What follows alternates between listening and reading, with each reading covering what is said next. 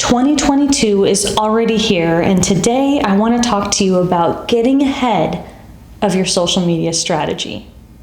I'm Libby Rothschild, founder and CEO of Dietitian Boss. In today's video, we're going to discuss the strategy needed to head into 2022 feeling confident about leveraging social media so that you can be seen and heard and get more clients.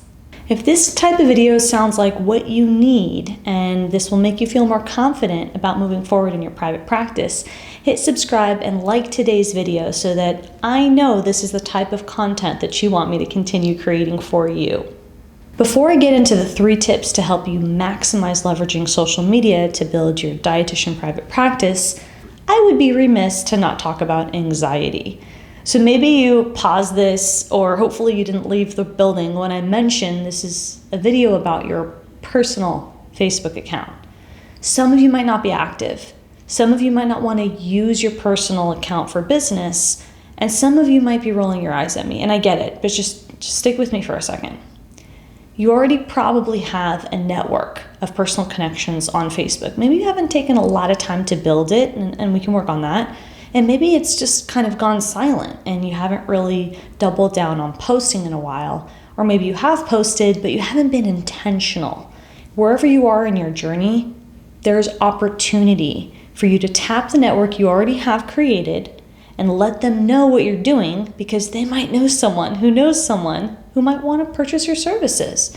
So it is a great opportunity for you to let them know, this is who I am, this is what I'm offering, and this is how I can help, and that you're taking clients. And you don't have to be that direct. We're going to talk about how to best use your personal Facebook profile to let people know what you're up to. And it's a little bit softer of an approach that I would suggest when you're leveraging Instagram. So stick with me. If you've got that anxiety, I want to give you a tactical tip and then a mindset tip. So let's start with a tactical tip.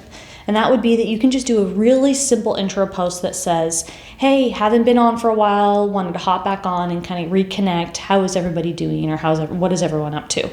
I actually did that personally because I took a break from really using Facebook actively, and I was dragging my feet to leverage this platform in addition to other platforms. Facebook is not my personal favorite, okay? So I had some setbacks myself. But once I moved past that and I was able to post something just reminding people I'm back on my personal feed, I started posting more regularly and I started getting more traction, more attention, more referrals, more sales, and more visibility and more connection. And there's an opportunity for you to do the same.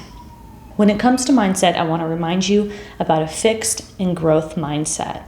So when you're on Facebook, and when you think about Facebook, if you have any negative thoughts about using this platform, your personal platform, in a business setting, I want to ask you why. What are those feelings that come up? And for a lot of our clients, they're afraid of judgment. They're afraid of what people will think. And those are understandable thoughts and feelings. So I want to leave you with reflecting on some of those and helping you make some shifts to a growth mindset where you can think to yourself, I know people, like maybe friends and families, maybe an uncle, a friend from, maybe when you were growing up.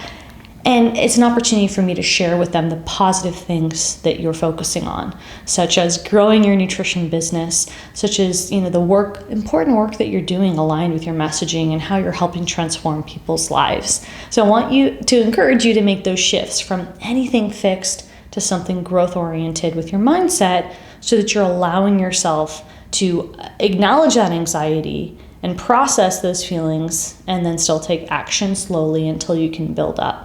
The first tip to maximize your social media profile to grow your online dietitian business on Facebook is to have your profile just the basics set up. Now, a lot of you skip this part. So you're going to want a profile picture that's legible. You can tell who you are. Ideally, it matches with your branding, but you want people to be able to see and understand who you are. You want a cover image that does the same and that shares what you do, how you do it, etc. Something simple. Don't get too hung up on branding. It's not a big deal. You can keep things super simple. You can always update it. But you want something basic that explains that you're offering nutrition coaching, counseling services, etc. In your bio, you have I can't remember, I think 180 words, and you want to say something really clear and quick about what you do and how you can help people, so there's more clarity. So those 3 points: your profile picture, your cover image, and then add text to your simple bio on Facebook. The last tip would be for you to identify what's public and what's private. So if someone's searching you, if they find you on Facebook because you've put up some posts that use tags such as IBS remedies, something related to chronic disease, I'm just using that as an example. If someone comes across that post and comes across your personal feed, maybe that post is public, but maybe a picture of you and your partner getting married or announcing your baby, maybe you decide to keep that private. So that's up to you. And you don't have to overthink it. You can change with time. But for now, if you want to do any kind of public posts that are more related to your visibility, your thought leadership, make those public. And then when in doubt, you can make things available only for your friends. And you can always adjust those settings down the line. The second tip to maximize your presence leveraging social media to grow your dietitian business includes putting personal and business related content on your personal feed and mixing it up, but you're actually going to want to lean more towards personal. So if I were to say a ratio, it would be 3-to-1 or 4-to-1 personal to business. So what that means is you're sharing a little bit more about your hobbies, your lifestyle, your interests, who you are, and then you're weaving in some business stuff. Now, when you are sharing about your hobbies, you can relate it back to business. What you're trying to do is have your personal account be more personal, be more relatable, be something where people can see that human element of you and it's not so obviously all sales related. So I'm not saying you can't have any posts that don't tell people to apply for coaching, but you want to have more of a subtle approach. Typically people are conditioned where a Facebook business account is a little bit harder on the sales and a personal account weaves in what you do and why you do it and how you do it, but in a more subtle approach. So keep in mind that whatever it is that you want to share, maybe you like exercise. For me, my husband and I competed in some races. I post those. I like to post and talk about travels and things like that. I have a lot of hobbies, like to do art. I like to ride horses. I'm obsessed with a spa. If you follow me, you know I'm obsessed with a spa. So I talk a lot about that element of my life. And then I weave in when I'm featured in Forbes, when I'm featured on expert panels, when I'm interviewed, and those types of business-related things that are really thought leadership based. So I weave in the personal and the thought leadership, and I try to really show my personal side a little more than the thought leadership side so that people can get a sense of who I am and my connections that might not be ideal clients that I've maybe went to school with since I was, 10. They still value and appreciate that as well. So that's something to keep in mind. The third tip to maximize your social media content strategy to grow your dietitian private practice is using hashtags. Now I mentioned that earlier in an example. Let's just go with the IBS chronic disease example.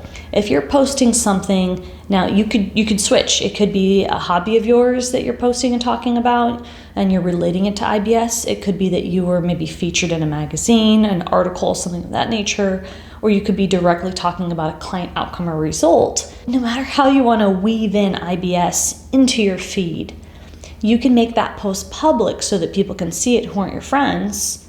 And then you can also use a hashtag so people can search you. Or if people are searching for solutions related to IBS, they come across your relatable content and they might go to your feed and they might send you a DM, or they might see what you're about and go to your page. And since you've set up your profile and you've set up your cover image that you can do for free on Canva and you have a tagline, they'll know who to reach out to. If they don't reach out to you via PM, they might go on your other social media profiles and reach out to you in a different way, but that's really good marketing. So I would definitely suggest leveraging hashtags. You can use under 3, under 5, anything related to the problem that you solve. So for this example, IBS, SIBO, IBD, anything in that arena, if you're doing diabetes or type 1 or something really specific within your specialty, you want to get in on those hashtags. You definitely want people to be able to pull you up. And like I said earlier, if you're feeling insecure or vulnerable about what's private and what's personal, you can make those posts that are related to your business public,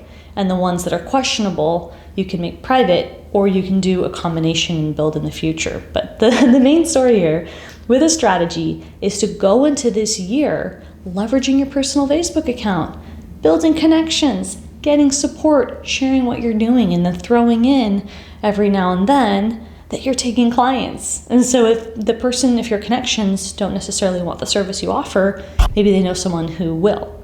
And because they know you in any degree, they might refer you. So it's a really great opportunity for you to leverage what you're doing. I'd love to help you continue growing your dietitian private practice in 2022. I post new videos every Monday morning, and I look forward to seeing you next time.